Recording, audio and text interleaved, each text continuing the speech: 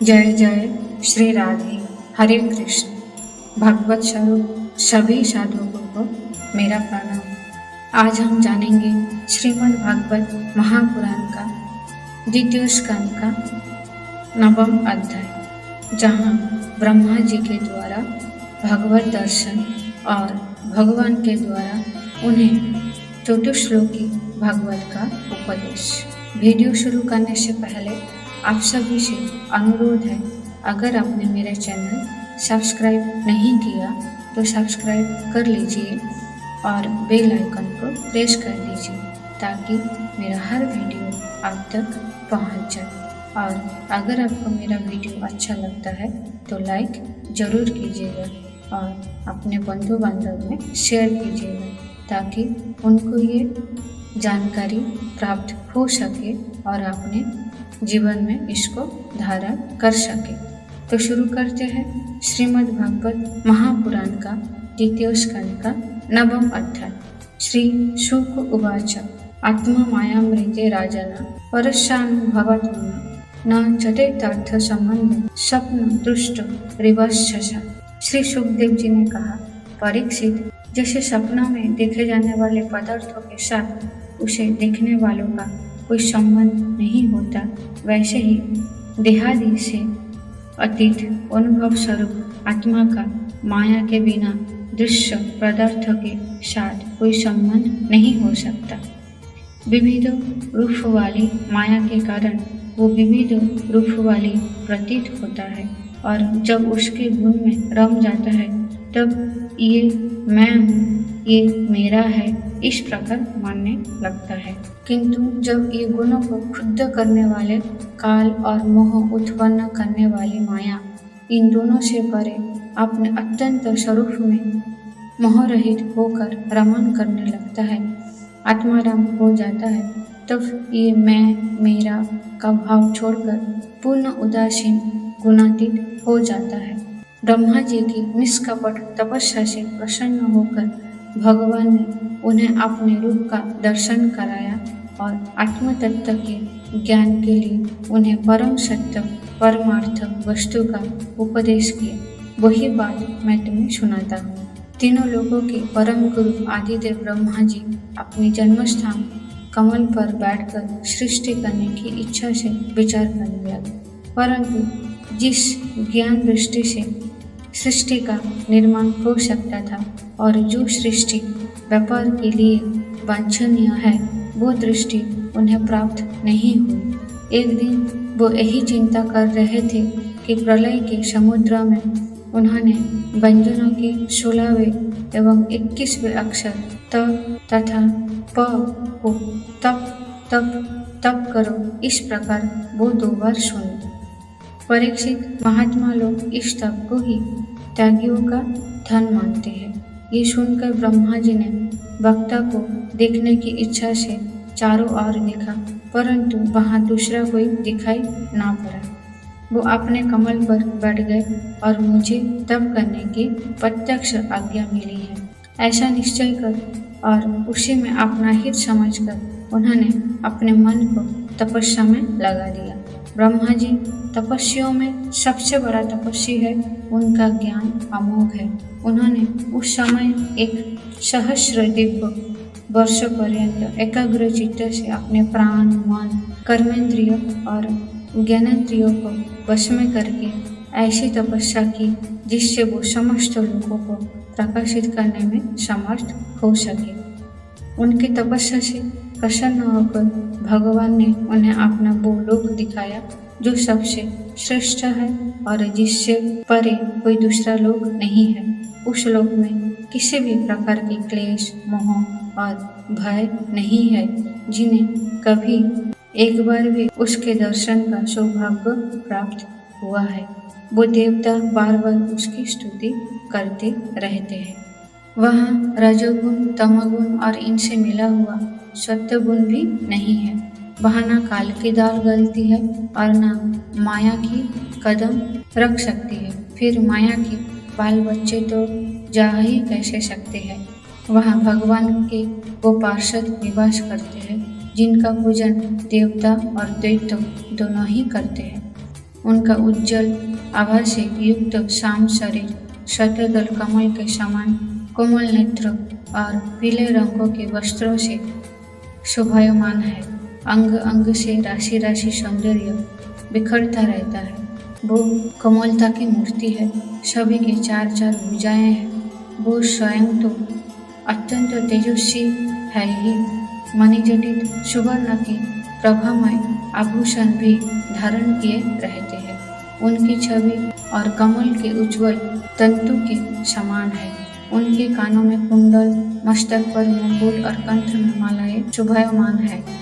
जिस प्रकार आकाश बिजली सहित बादलों से शोभायमान होता है, वैसे ही वो लोग मनोहर कामिनियों की कांति से युक्त महात्माओं के दिव्य तेजोमय पैमान से स्थान स्थान पर सुशोभित होता रहता है। उस वैकुंठ लोक में लक्ष्मी जी सुंदर रूप धारण करके अपनी विविध विभूतियों के द्वारा भगवान के चरण कमलों की अनेक प्रकार से सेवा करती रहती है।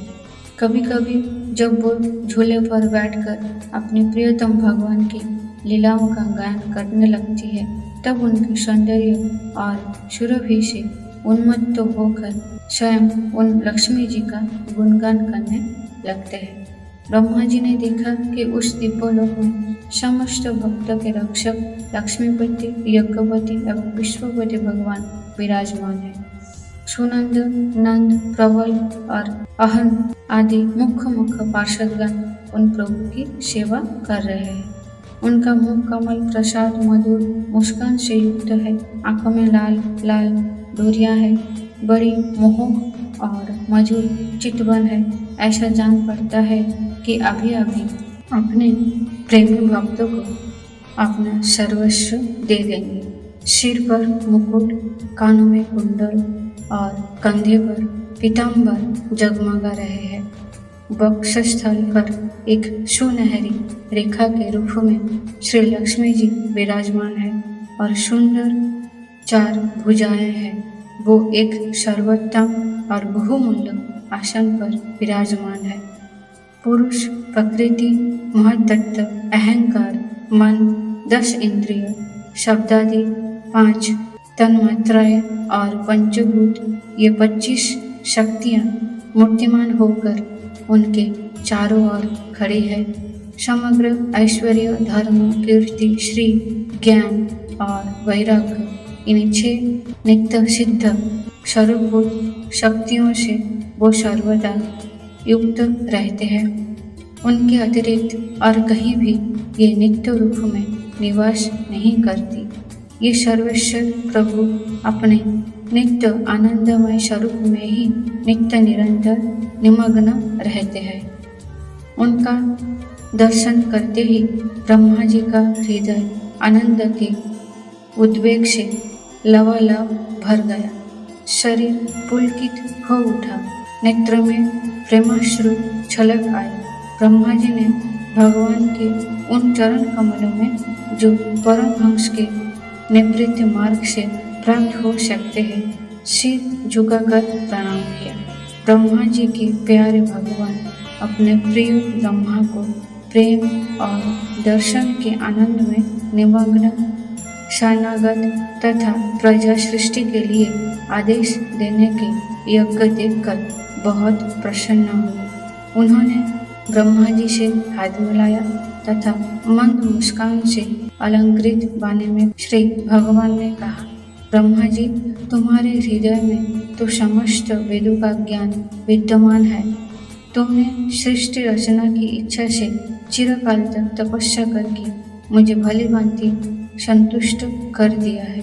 मन में कपट रखकर योग साधन करने वाले मुझे कभी प्रसन्न नहीं कर सकते। तुम्हारा कल्याण हो।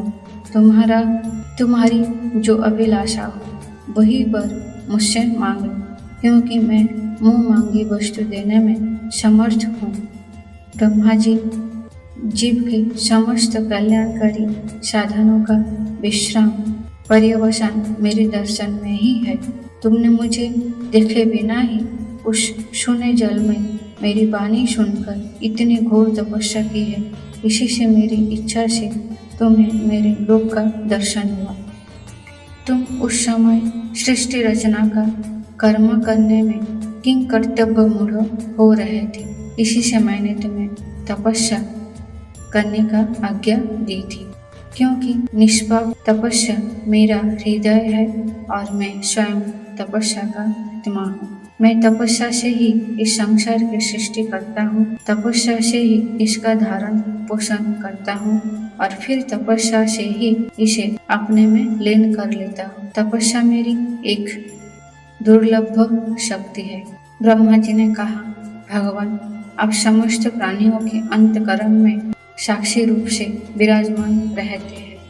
आप अपने अप्रतिहत ज्ञान से ये जानते ही है कि मैं क्या करना चाहता हूँ। नाथ, आप कृपा करके मुझे याचक की ये मांग पूरी कीजिए कि मैं रूप रहे आपके सगुण और निर्गुण दोनों ही रूपों को जान सकूं। आप माया के स्वामी हैं, आपका संकल्प कभी व्यर्थ नहीं होता।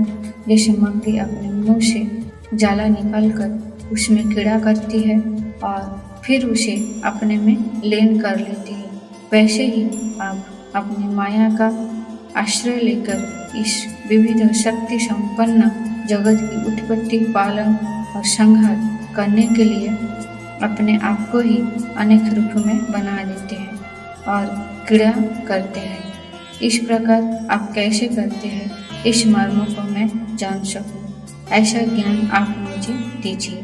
अब मुझ पर ऐसी कृपा कीजिए कि मैं सजग रहकर सावधानी से आपका आज्ञा का पालन कर सकूं और सृष्टि की रचना करते समय भी मैं कर्तापन आदि के अभिमान से बंध ना जाऊं। प्रभु, आपने एक मित्र के समान हाथ पकड़कर मुझे अपना मित्र स्वीकार किया है, अतः जब मैं आपकी इस सेवा सृष्टि रचना में लगूं और सावधानी से पूर्व सृष्टि के गुण कर्मानुसार जीवों का विभाजन करने लगूं, तब कहीं अपने को जन्म कर्म से स्वतंत्र मानकर प्रबल अभिमान ना कर बैठूं। श्री भगवान ने कहा, अनुभव, प्रेम भक्ति और साधना से युक्त अत्यंत गोपनीय अपने स्वरूप का ज्ञान मैं तुम्हें कहता हूँ, तुम उसे ग्रहण करो। मेरा जितना विस्तार है, मेरा जो लक्षण है, मेरे जितने और जैसे रूप, गुण और लीलाएं हैं, मेरी कृपा से तुम उनका तत्व ठीक ठीक वैसा ही अनुभव करो। सृष्टि के पूर्व केवल मैं था, मेरे अतिरिक्त न स्थूल था, न सूक्ष्म और न तो दोनों का कारण अज्ञान। जहाँ इस सृष्टि नहीं है, वहाँ मैं ही मैं हूँ और इस सृष्टि के रूप में जो कुछ प्रतीत हो रहा है वो भी मैं ही हूँ और जो कुछ बच रहेगा वो भी मैं ही हूँ। वास्तव में ना होने पर भी जो कुछ अनिर्वचनीय वस्तु मेरे अतिरिक्त मुझ परमात्मा में दो चंद्रमाओं को तरह मिथ्या ही प्रतीत हो रही है, अथवा विद्यमान होने पर भी आकाश मंडल के नक्षत्र में राहु की भांति जो मेरी प्रतीत नहीं होती, इसे मेरी माया समझना चाहिए। जैसे प्राणियों के पंचभूत रहित छोटे बड़े शरीर में आकाश आदि पंच महाभूत उन शरीर के कार्य रूप से निर्मित होने के कारण प्रवेश करते भी है, कारण रूप में विद्यमान रहने के कारण प्रवेश नहीं भी करते हैं। वैसे ही उन प्राणियों के शरीर की दृष्टि से मैं उनमें आत्मा के रूप से प्रवेश किए हुए हूँ और आत्मा दृष्टि से अपने अतिरिक्त और कोई वस्तु न होने के कारण उनमें प्रविष्ट नहीं भी हूँ। ये ब्रह्म नहीं इस प्रकार निषेध की पद्धति से और ये ब्रह्म है इस अन्वय की पद्धति से वही सिद्ध होता है कि सर्वाधिक एवं सर्वस्वरूप भगवान ही सर्वदा और सर्वत्र स्थित है। वही वास्तविक तथ्य है। जो आत्मा अथवा परमात्मा का तत्व जानना चाहते हैं, उन्हें केवल इतना ही जानने की आवश्यकता है। ब्रह्मा जी, तुम अविचल समाधि के द्वारा मेरे इस सिद्धांत में पूर्ण निष्ठा कर लो। इससे तुम्हें कल्प कल्प में विविध प्रकार की सृष्टि रचना करते रहने पर भी कभी मोह नहीं होगा। श्री सुखदेव जी कहते हैं, लोक पितामह ब्रह्मा जी को इस प्रकार उपदेश देकर अजन्मा भगवान ने उनके देखते ही देखते अपने उस रूप को छिपा लिया। जब सर्वभूत स्वरूप ब्रह्मा जी ने देखा कि भगवान ने अपने इंद्रिय गोचर स्वरूप को हमारे नेत्र के सामने से हटा लिया है, तब उन्होंने अंजलि बांधकर उन्हें प्रणाम किया और पहले कल्पों में जैसा सृष्टि था उसी रूप में इस विश्व की रचना की। एक बार धर्मपति प्रजापति ब्रह्मा जी ने सारी जनता का कल्याण हो अपने इस स्वार्थ की पूर्ति के लिए विधि पूर्वक ये नियमों का धारण किया। उस समय उनके पुत्रों में सबसे अधिक प्रिय परम भक्त देवर्षि नारद जी ने मायापति भगवान की माया का तत्व जानने की इच्छा से बड़े स्वयं विनय और सौम्यता से अनुगत होकर उनकी सेवा की और उन्होंने सेवा से ब्रह्मा जी को बहुत ही संतुष्ट कर लिया। परीक्षित, जब देवर्षि नारद ने देखा कि मेरे लोक पितामह पिताजी मुझ पर प्रसन्न है, तब उन्होंने उनसे यही प्रश्न किया जो तुम मुझसे कह रहे हो। उनके प्रश्न से ब्रह्मा जी और भी प्रसन्न हुए। फिर उन्होंने ये 10 लक्षण वाला भागवत पुराण अपने पुत्र नारद को सुनाया, जिसका स्वयं भगवान ने उन्हें उपदेश किया था।